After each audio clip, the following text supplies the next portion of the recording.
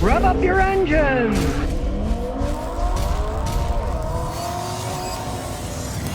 Well, you probably never heard of it, but there's an electric car company called Faraday Futures, and they start shipping their luxury FF91 car out. Now, what does that have to do with us, the normal people? Well, not anything really, because they cost $309,000. That's the starting price, $309,000 for these things, right? Which goes to show, what I've been saying is that electric cars are for rich people. It's a rich person's toy. If you're a regular person with a regular income, don't waste the money. You will be shocked at the replacement costs for tires.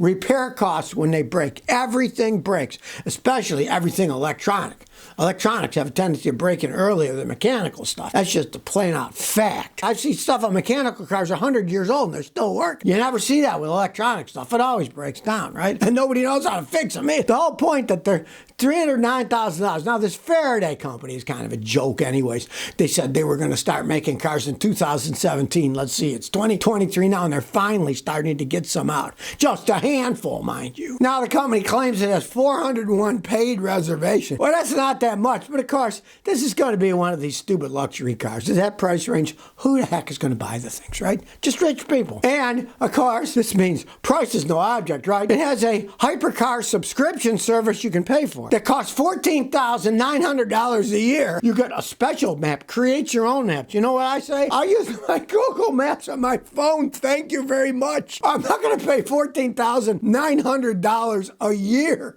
for some stupid subscription, but I mean, buying a car and that kind of money, you probably light your cigars with $100 bills and eat caviar for breakfast. So, if you're in that crowd, go ahead and buy one of these things. And of course, they're claiming, well, in the future, we'll make 25,000 cars a year or more. Yeah, you're going to sell for that kind of money, right? Come on now.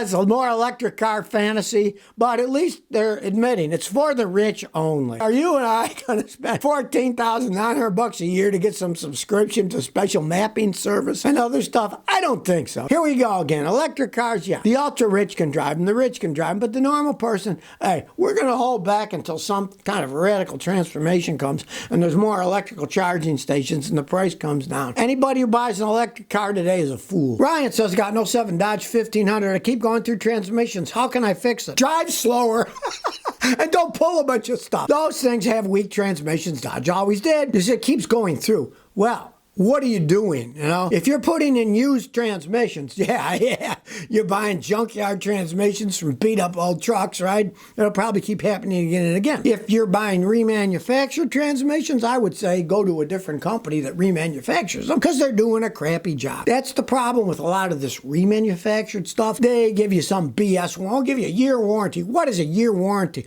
Or they say 1 year or 20,000 miles. Well, you expect transmissions to last a long time. My Toyota Celica's got 240,000 miles on it with the original tranny, and it still works, right? But these guys say, well, here's a remanufactured transmission for, $1,800, and we'll give you a 1 year or a 20,000 mile warranty. That's nothing, right? Could be you're just getting crappy rebuilt, or if you're using junkyard ones, that's the problem. You're just using junkyard ones, and that's just pot luck. Legend said, if my original line was made in Canada, does it still have Japanese quality? Well, the Canadians do a good job building cars. I had a Ford Maverick, made in Oakville, Ontario. That was a great car. My wife's Matrix, 07 Matrix. It was made in Cambridge, Ontario. They do a good job. And realize, they're not making any engines there for your Honda. They're still Japanese engines and stuff. They're just putting them together there. So I haven't seen any particular problems. It's not like you're going south of the border. You're going north of the border. You go south of the border to Mexico, yeah. Quality controls exist down there. But the Canadians, no. They usually do a pretty good job. And as a matter of fact, today, they seem to do a better job than the Americans do. Haji says, how do you feel about ramps over jacks for lifting cars? Yeah, some guys want to change their oil. They get those 2 ramps, they drive up, and then they change the oil. I don't like them, and I'll tell you why I don't like them. Because they scare the bejesus out of me. I'm always worried that I'll go up over the ramps, and then the car will plop on top of it, and you'll be stuck,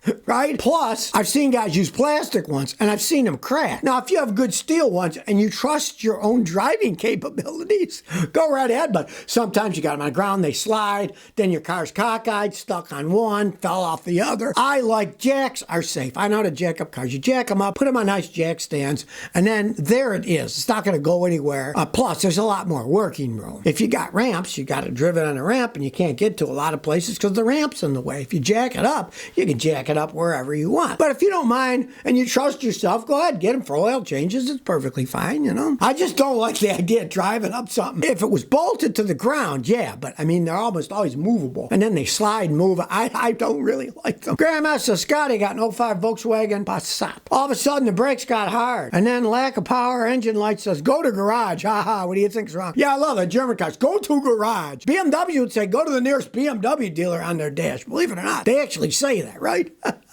Now, odds are your brake booster went out. But realize this, the brake booster's got a vacuum hose. And then there's a little one-way valve. Sometimes the one-way valve breaks and they don't cost hardly anything. Try the valve. If it fixes, hurrah. Cheap fix, right? But if not, then your brake booster's probably going out. Of course, it would depend what setup you have. If you have a turbocharged car, they have a different system and they use a vacuum pump. Could be the vacuum pump's gone bad, depending on what your setup is. If you have a normal brake booster that runs off of a vacuum line on the intake, then odds are either that check valve's bad or you're going to need a new brake booster because they'll go super hard and the brake booster doesn't work. Tristan says, what do you think about 1960s Volkswagen Beetles? I want one of those for my first car. All right, you know, that was a great idea the Germans came up with. Adolf was behind it. Him and Ferdinand Porsche, the people's car. They were simple cars. 4-cylinder. You could change the oil without jacking them up. They didn't have an oil filter, so you just drained the oil, put the oil, and they only held like 2 3/4 quarts of oil. Very easy to maintain. Got good gas mileage, right? The only problem is you're talking about buying a 1960s car. One, those things have no power at all. Merge in a freeway, you'll probably be killed. They didn't have hardly any horsepower at all. If you are going to buy one of those, have a mechanic like me check it out before you do anything because they are tremendous rust buckets. They had no anti-rust corrosion stuff on them, and a lot of the old ones, they're rotted away and there's nothing left of the thing. So the first thing you would check was that. Now, if it's running good, in good shape, yeah, they're fun, they're easy. You can still get parts for them and stuff, but make sure they're not rusted. Carlos G said, Scotty, what do you think about an 05 Toyota Matrix? The brakes feel spongy. They said they flush the fluid. If you flush out the system, say there's air in the system, the air has to get there somehow. So flushing it doesn't fix anything permanently. Right? Because the air got in there, it's going to get in there again. So, if they feel spongy, the first thing you want, you take the wheels off and look. Make sure nothing's leaking and there's no leaks, everything's dry, and the pads aren't all worn out. Okay? But let's say all that's okay. 99 times out of 100, it's just the brake master cylinder's getting old. You need a new one. As they age, they wear and they'll get a little bit spongy, right? In the old days, well, you don't find any leaks. The brake pads are good to go. Change the master cylinder. They're spongy. But today, with anti-lock brake systems, anything in that ABS system can go wonkers. And then the ABS modulator can bleed fluid back up and you'll get spongy brakes. And some of those ABS modulators are $1,700. And they're not that easy to diagnose. So sometimes older and simpler was better. Junior Ayala says, what's the best car I can get for 10 grand? Well, if you want a car for 10 grand that's new, you're going to have to go to China and buy one of theirs. They're the only ones that make cars that cheap, right? Unless you want one of those piece of crap Tatas, and even the Indians who make them don't want to buy them, right? You're talking about used, right? What do you want? If you could find an older Camry or an older Honda Accord that was in good shape, or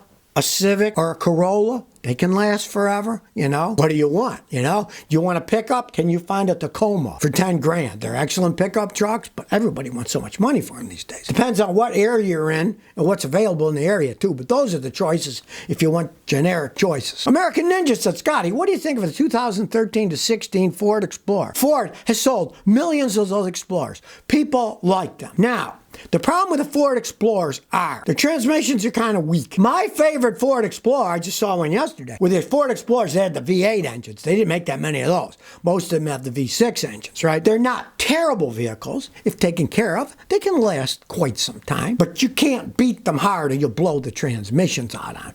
When I was doing a thing with CBS in Houston, all the photographers had Explorers and they were all falling apart because they drove them hard going through hurricanes, hurrying up to get to a robbery or whatever to film it, you know. They didn't like them, but they were free, so they didn't care. They didn't pay for them.